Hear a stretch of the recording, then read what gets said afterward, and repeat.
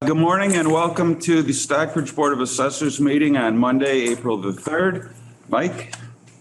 It's recorded, right? Okay. Good morning. Number one, last meeting minutes. There are a few carryovers, specifically for executive session. This will be the last day for reviewing abatements and exemptions. April 1st was the deadline for the exemptions.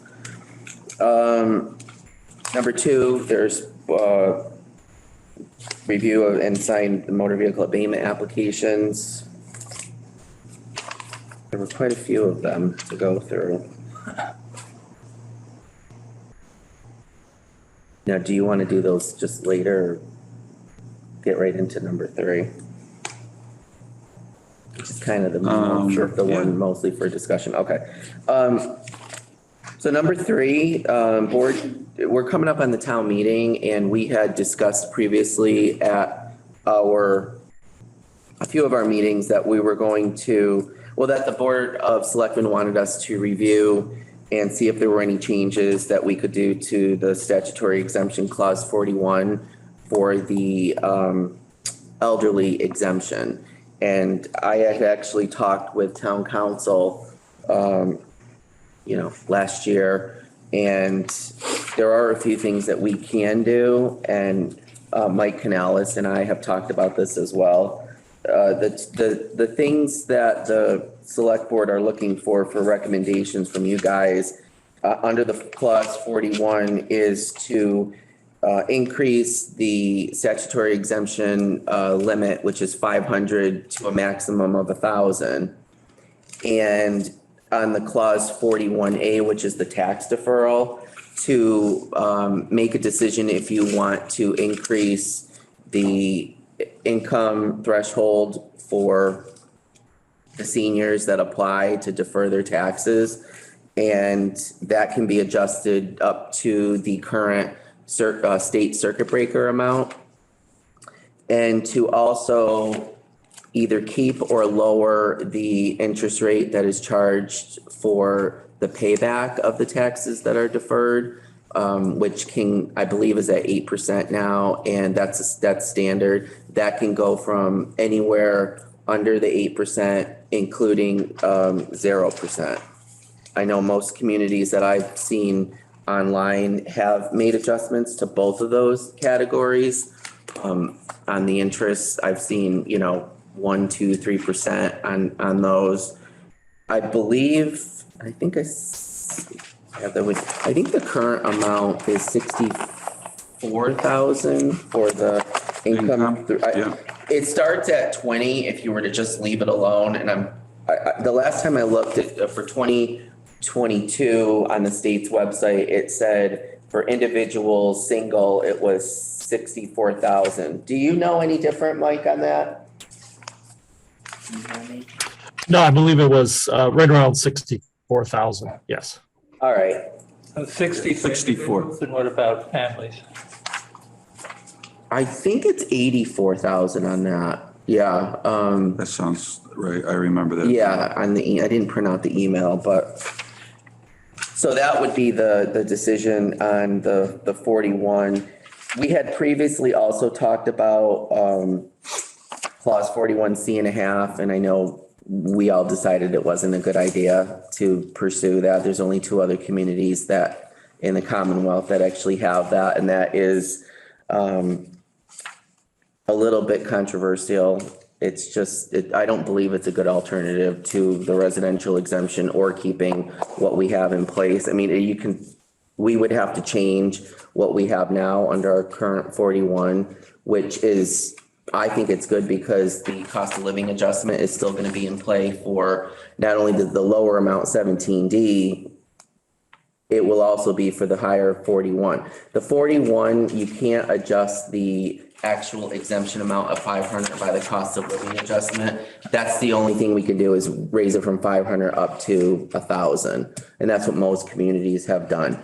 Now, as far as reimbursements go, and Mike can correct me on this if I'm wrong, but I believe we would only be getting the amount of the original 500. We'd have to make up the difference through the overlay on our own without reimbursement. That's correct, Mike? I think that's what it is. I'm pretty sure. Yes, that is correct. It's 500. And then we also have a total amount that we can give out, but we're nowhere near that as far as individual 500 reimbursements. Okay. And that's really it. I mean, there's really, we're still going to keep in place the items that we have, which is, the statutory exemptions, which is the blind exemption, the veterans exemption, the lower amount for the surviving spouse, those can't be touched because those are adjusted by the cost of living adjustment. That amount actually is. That started off at 175. It's now up to 368. So that can't be looked at. There's the senior work off, which really goes through the select board and not the assessors. If they want to increase the amount that is given yearly or per hour, if it's the amount that people, I don't know exactly what their intent is with that, but I would hope that, they would increase that as far as we could possibly go. That's just my opinion. I think we should do that on everything if we have the opportunity. So right now, in order for these adjustments to take place, they have to appear on the warrant at the town meeting. And that's why I brought it up today. Because Mike, you said the deadline's coming up for that, to have it on the warrant. Yeah, we're hoping to close the warrant on April 13th. Worst case scenario, we'll close the warrant on the 27th. Okay. So really that, I think at this point, what the select board is looking for is a recommendation from the Board of Assessors as to what you want to do with those categories. So it's the townspeople make the decision.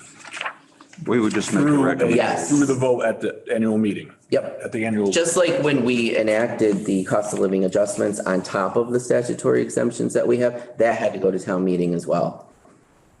The state gives us the options. There's not a lot of them, but these are a few. Well, maybe you should lead the discussion based on each decision that we have to make. Okay.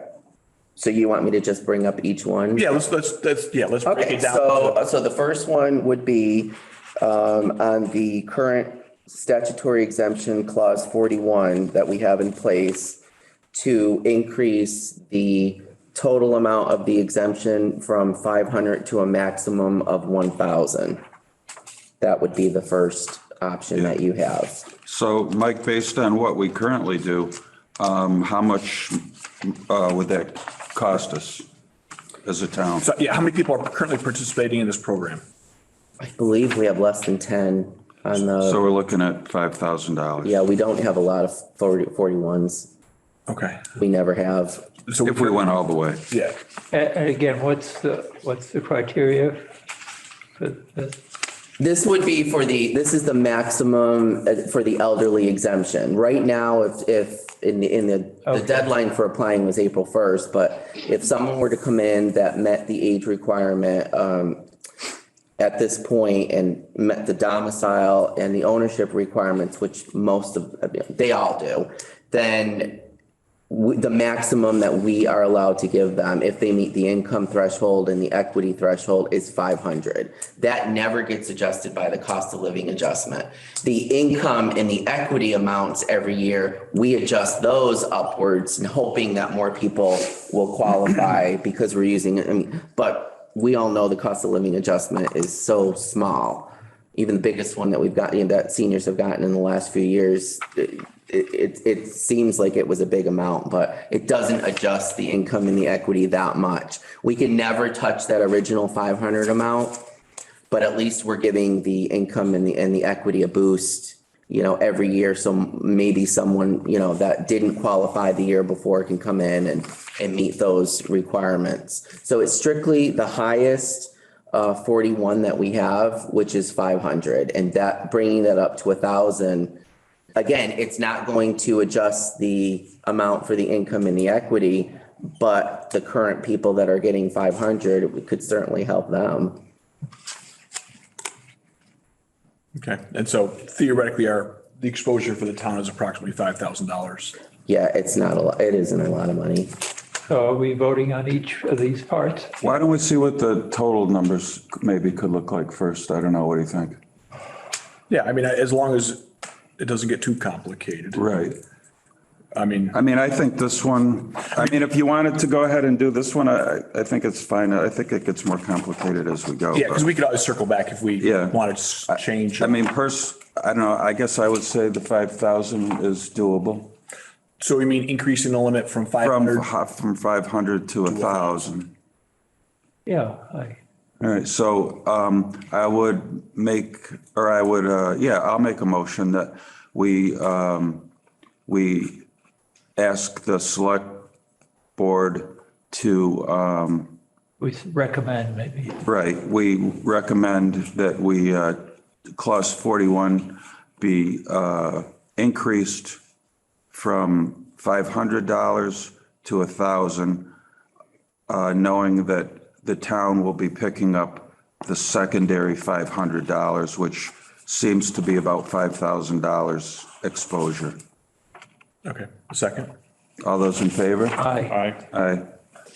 Okay. Okay, so the second part of this would be under the clause 41A, which, and I'll just explain a little bit what the 41A is. 41A is something that's just an automatic. Every community in Massachusetts has this. I think there's a lot of communities that think they have to vote this in. There isn't anything that gets voted in. It's an automatic.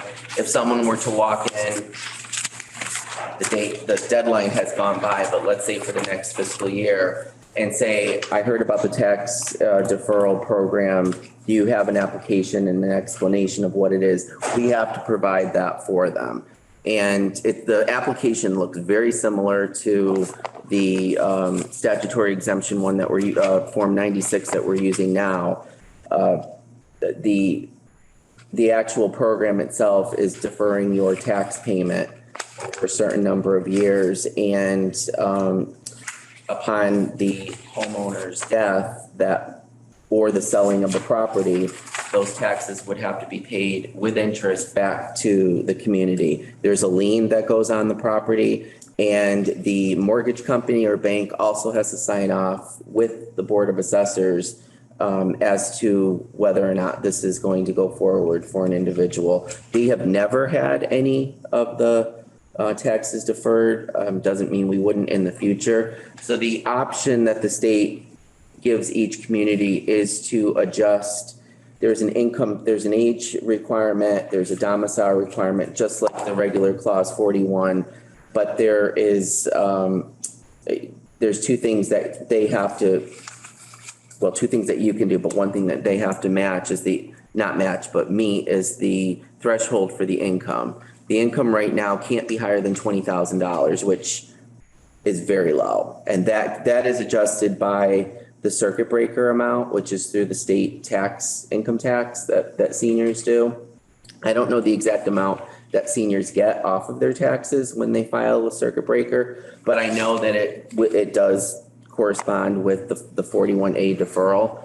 And the option that you guys have as a board is a recommendation to take the threshold of 20,000 and move that up so more people would qualify, and to also lower or keep the interest rate at 8% for when the taxes have to get paid back, and the lien would after that be released on the property. Again, it's a program that's in place.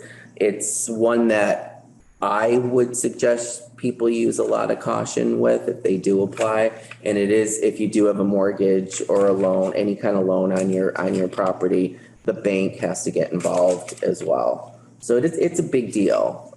But again, if you're going to go forward with what the, selectmen want you to look into, then that's one of the options. There's not much else left under the clause 41 that the town can do, but those two adjustments. Okay, maybe we should do one at a time. So you want to talk about the income limit first? Yeah, I think that's, So the current limit is 20,000. What are other communities doing? Have you seen? Yeah. It was 20. It's some of them are way up there. Mike, you've seen them too. The income threshold? Yeah, so right now the baseline program is almost unusable because at 8% interest and an income of 20,000 for a family or a single is, almost non-existent. What you can do is you can lower the interest rate all the way down to zero, and you can also increase the threshold up to the single circuit breaker limit for both single or a couple. So those are your options. So that would put the income at roughly 64,000, and you could lower the interest rate. And I know when Mike looked at it and I looked at it, there's a number of communities that have lowered the interest rate to either 1 or 2%. Therefore, this becomes a viable option for somebody to use to stay in their home. The reason why no one's applied at this point is at 20,000 and 8% interest, it's really not a viable option. So I will say, it doesn't matter what the percentage is, that does not keep somebody from going into this program. All it does is, so if it's 8% or 0%, the person still has the ability to enter into the program, and it shouldn't theoretically affect them until the time that they sell their house. So I think we have to be careful about making it too attractive and making it burdensome to the rest of the taxpayers by putting it to 1 to 0 or 1%. So I think it really should, if we're going to change the interest rate, it should be something that is more market-based, that's not predatory, but at least is, I agree. at least is something reasonable that somebody would pay. So I mean, I personally would be against 0% or 1% or even 2%. I think 8% is too high. I think the reality is somewhere in the middle. Can one tie it to inflation rates, or is that complicated? I think it's got to go back to the taxpayers' vote each and every year if we try to do something like that. So I think we're going to have to. Yeah, you have to set the percentage rate and the income. Those are the two options, or you leave them at the defaults. Is it something that you would think that you would go to town meeting every year and adjust no? I think it'd be too burdensome unless the rates go crazy. I mean, if the rates start, say we landed on 4% or 5%. Right. I mean, if the market rates went to 18%, absolutely, you got to look at it. Or if the rates go down, I don't foresee this thing happening and going to town meeting each and every year. Right. Especially if nobody's using it. Right. So if we set it at 3%, would you be comfortable? I think 6 would be all right. I mean, based on the interest rates I see, even a car loan, car loans are 5 and 6%, Yeah, I mean, That's very short term, though. True, but on the other hand, like Doug said, we don't want to become the mortgage holder on these properties. We don't want people to say, geez, I can make more money in the market, so therefore I'm not going to pay my taxes. And then what's going to end up happening is that all the other taxpayers must make up the shortfall, that are people that are saying, geez, I'll go out in the market and make 10% and I'll only have to pay 2%. So, I think, I could be inclined to go a little bit lower than 6%, like 5%. But I'm okay with that. Okay, I'll go with the consensus here. But what about the income limit? I'd go to the max on that. so the circuit breaker it's 60,000 for one person. So if it's a family of 2 or 3, it's something higher? Michael? No, it's still the single. Yeah, they still go by, because I think. It's still the single rate. Yeah, because I think it was 84,000 under that's what I sent you guys. Yeah.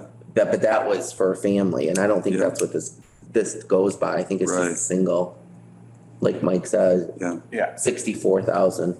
I think the interest rate is the primary Yeah. motivator.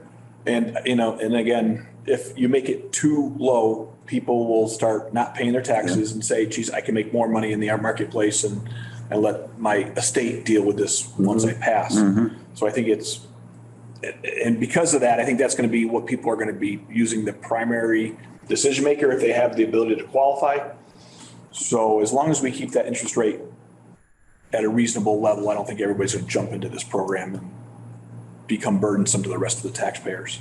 So What if we did 50,000 and we did 5%?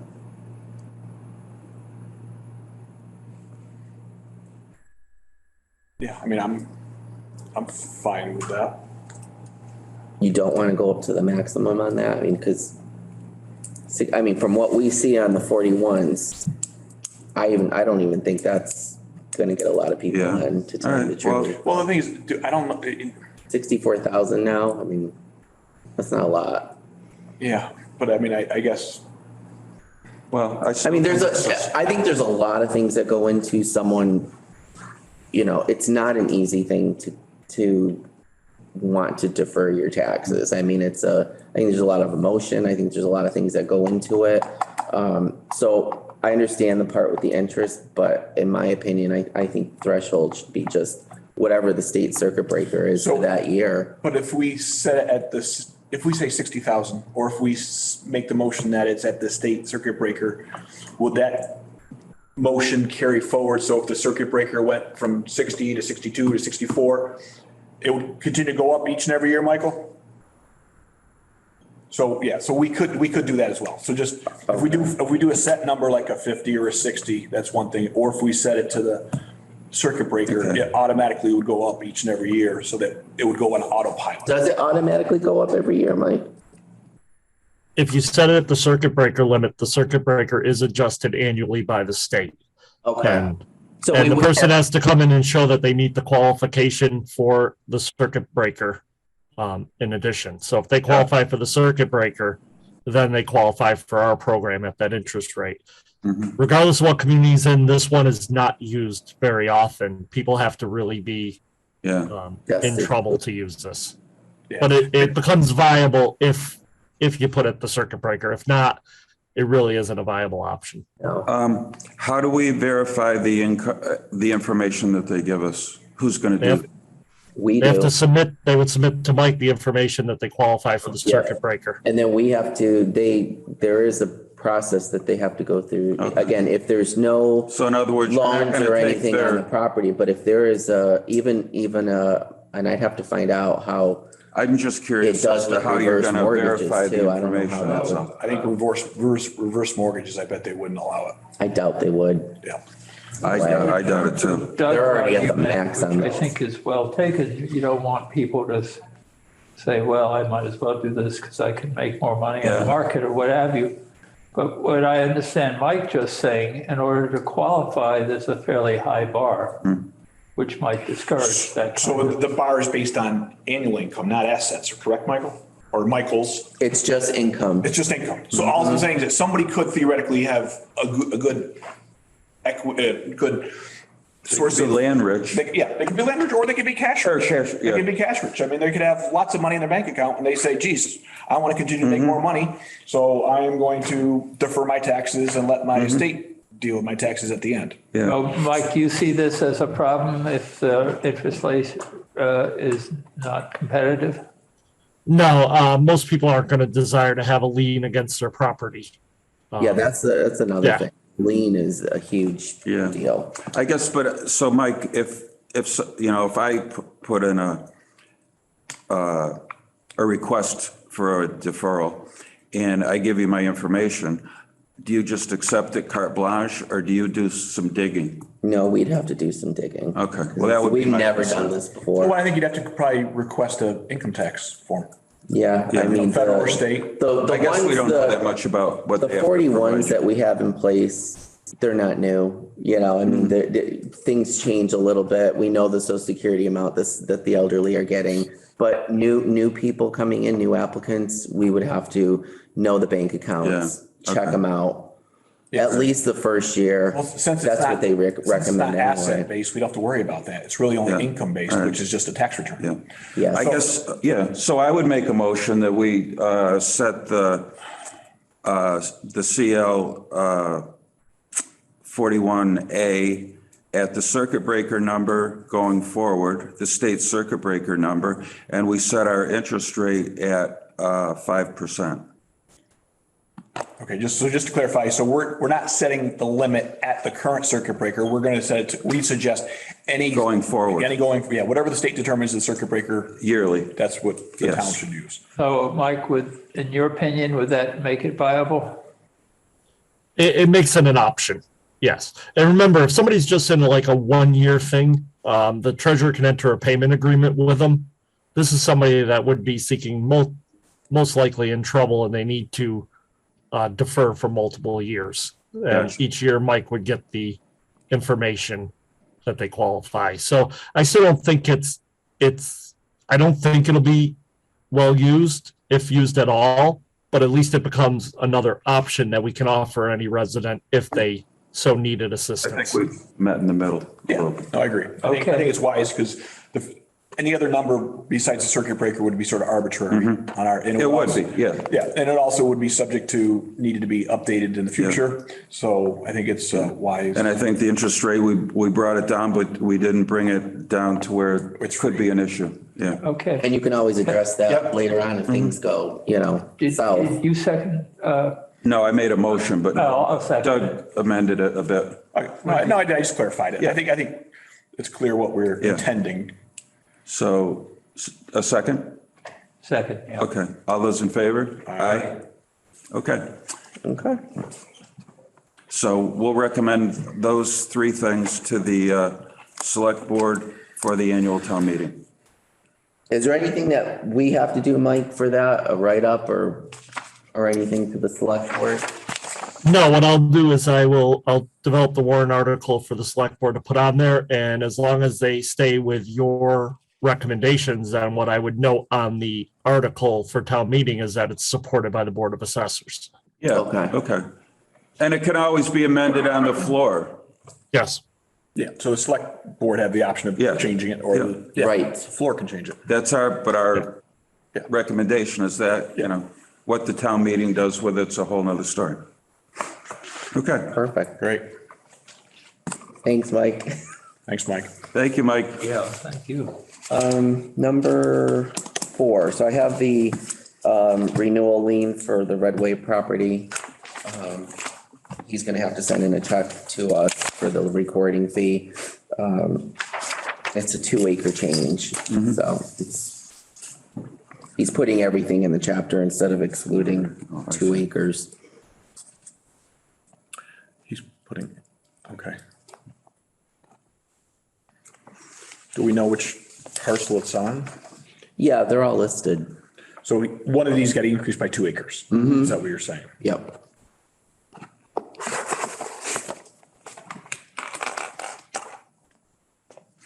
Can you stop in Terry's witness for the notary? Oh, for that? Yeah. Sure. Okay. So so this is not the total acreage that the Redway zone? No, Because no, those are there's just the a lots house that are and- under the chapter. Because there's a house and a garage there. No, it's exactly the same that it's always been, except they put in, the recommendation from the forester was for those 2 acres to be put in.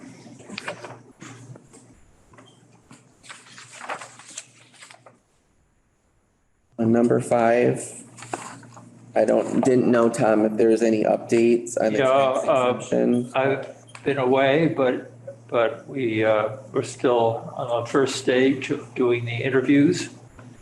And we'll try to complete those fairly quickly and start the second stage. As I reported before, I don't think town meeting is a realistic deadline, but we are trying to wrap it up by July 1, by the end of the fiscal year. Okay. I don't think Peter are we, I don't think anybody's on. okay. No, which brings me to number 6. Any questions or comments from the Zoom or live audience? Looks like Michael left. Yeah. Yep.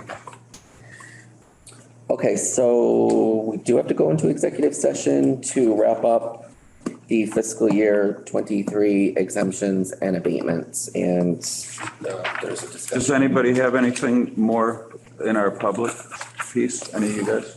Anything? All right, then I'll make a motion to close the public session and go into executive session.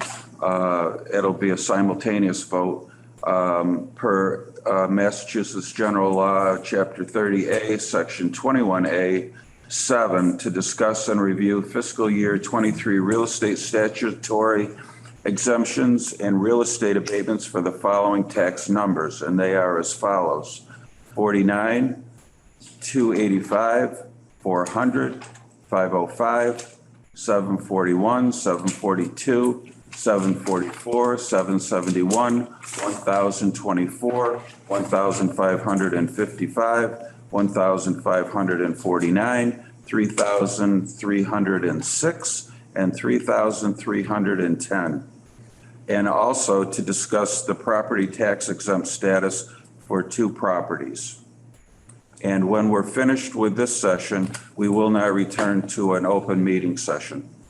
So I would need a motion and then a second. So moved. Second.